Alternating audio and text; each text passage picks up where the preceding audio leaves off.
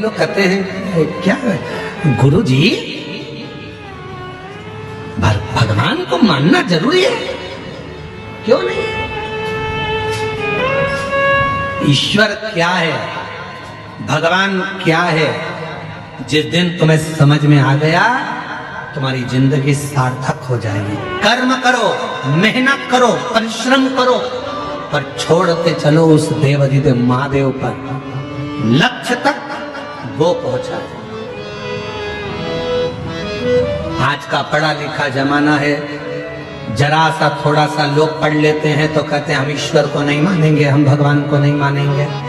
थोड़ी अकल लो, वो अंबानी परिवार से थोड़ी अकल लो, करोड़ों का धन है, वैभव है, उसके बाद भी भगवान की भक्ति में हमेशा लगा ही रहते हैं।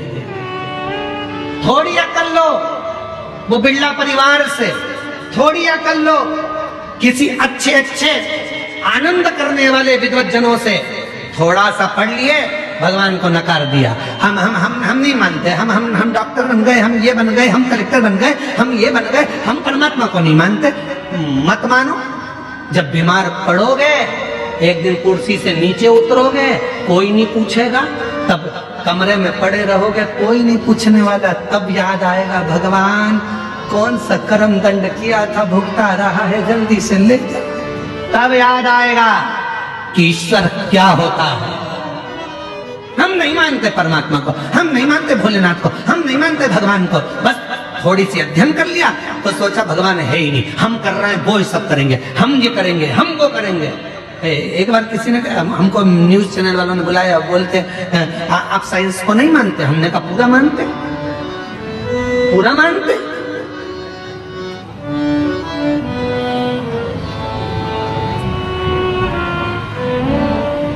पर आप तो कहते हो कि एक लोटा जल सारी समस्या का हल। हमने कहा बिल्कुल हम ये कहते, क्योंकि एक समय ऐसा आता है डॉक्टर इलाज करने जाता है, ऑपरेशन करने जाता है, और जब ऑपरेशन बिगड़ता है तब डॉक्टर भी आखिरी में कह देता है अब उसके हाथ में है।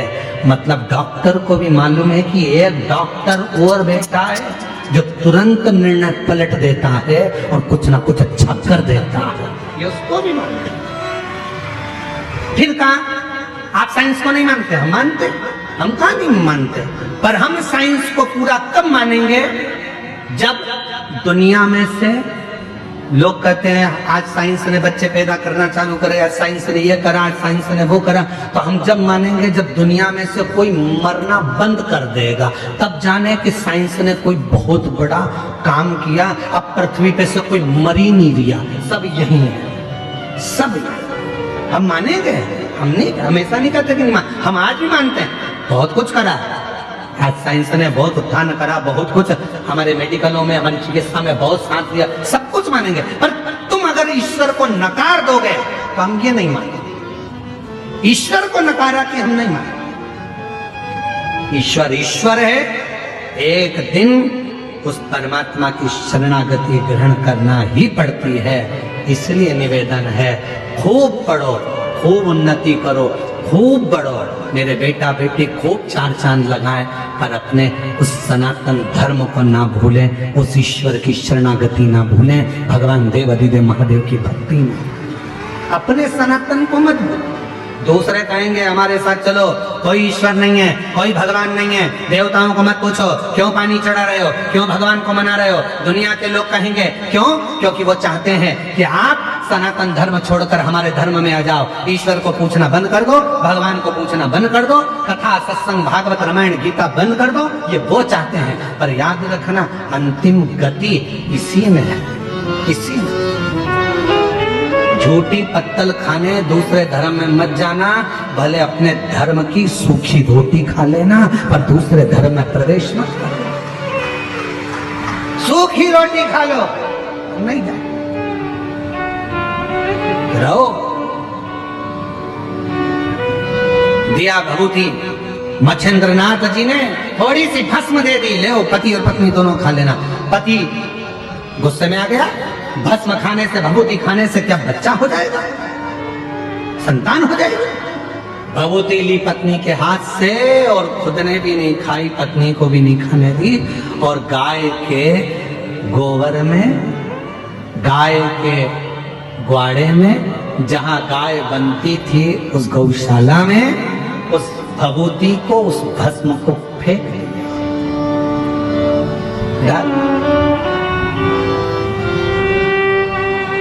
चले गए, समय बीत गया।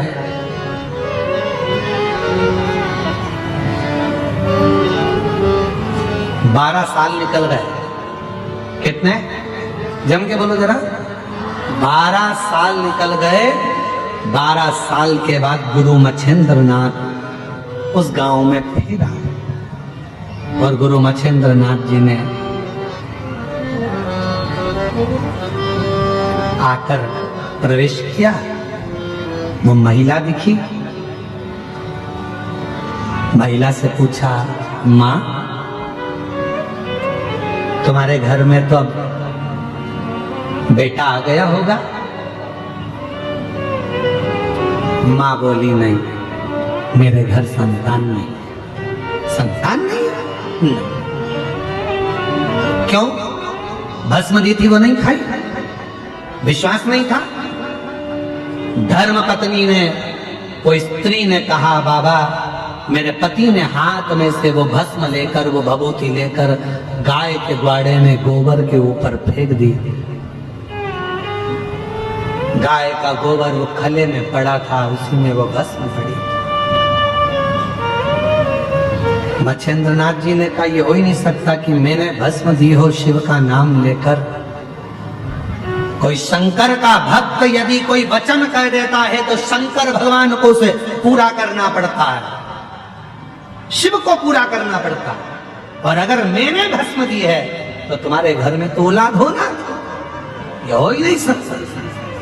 12 साल बाद आया हूं, तुम्हारे यहां औलाद नहीं? नहीं। गुरु मच्छिंद्रनाथ ने आवाज लगाई, अलख निरंजन। गुरु मच्छिंद्रनाथ फिर बोले, अलख निरंजन। फिर आवाज लगाई, अलख निरंजन। इतनी देर में गाय के गोबर में से एक बच्चा निकल कर आया। आदेश, आदेश, आदेश। दौड़कर आया। 12 साल का लड़का था, खड़ा हो गया, मच्छिंद्रनाथ जी के चरणों में प्रणाम किया। पूछ रहा है, मैं कौन? शिव योगी गुरु मच्छिंद्रनाथ कहते हैं, तू मेरे शंकर की भस्म से, गाय के गोबर से प्रकट हुआ। आज से तेरा नाम गुरु गोरक्षनाथ होगा। गुरु गोरखनाथ, आज से तेरा नाम गुरु गोरखनाथ, गुरु गोरक्षनाथ होगा। शिव भक्ति कर, शिव की आराधना कर। जब शंकर तेरे हृदय में प्रवेश कर जाएगा, जो शिव की उपासना से जन्म लेता है, जितनी जितनी माताएं जिनको 8 साल, 7 साल, 12 साल, 14 साल, 24 साल, 25 साल, 30 साल, 50 साल के बाद बच्चे हुए हैं, शिव की कृपा से हुए हैं, मेरी जीजियों घबराना नहीं। तुम्हारे गर्भ में इतने सालों के बाद जब डॉक्टर ने मना कर दिया था कि तुम मां नहीं बन सकते, डॉक्टर ने कह दिया था तुम्हें औलाद नहीं होगी, उसके बाद भी अगर भोलेनाथ ने तुम्हें संतान दी है, तुम्हारे यहाँ पर 4 लड़कियां थी, 3 लड़कियां थी, उसके बाद भी अगर भगवान बेटा दे दिए, तुम्हारे यहाँ संतान की प्राप्ति हो गई। कोई बेटा बेटी एक भी नहीं था, बेटी ने भी अगर जन्म लिया, बेटे ने भी अगर जन्म लिया, और तुम्हारे घर में अगर औलाद ने जन्म लिया है कई सालों के बाद, और शिव के पशुपति व्रत से, सफेद आंकड़े की जड़ से, शंकर की कथा से, शिव महापुराण की भूमि की रज से अगर तुम्हारा गर्भ ठहरा है एक लोटे जल से, तो तुम्हारे बच्चे की परवरिश करने की जवाबदारी भी उस शिव की है, क्योंकि शिव ने दिया।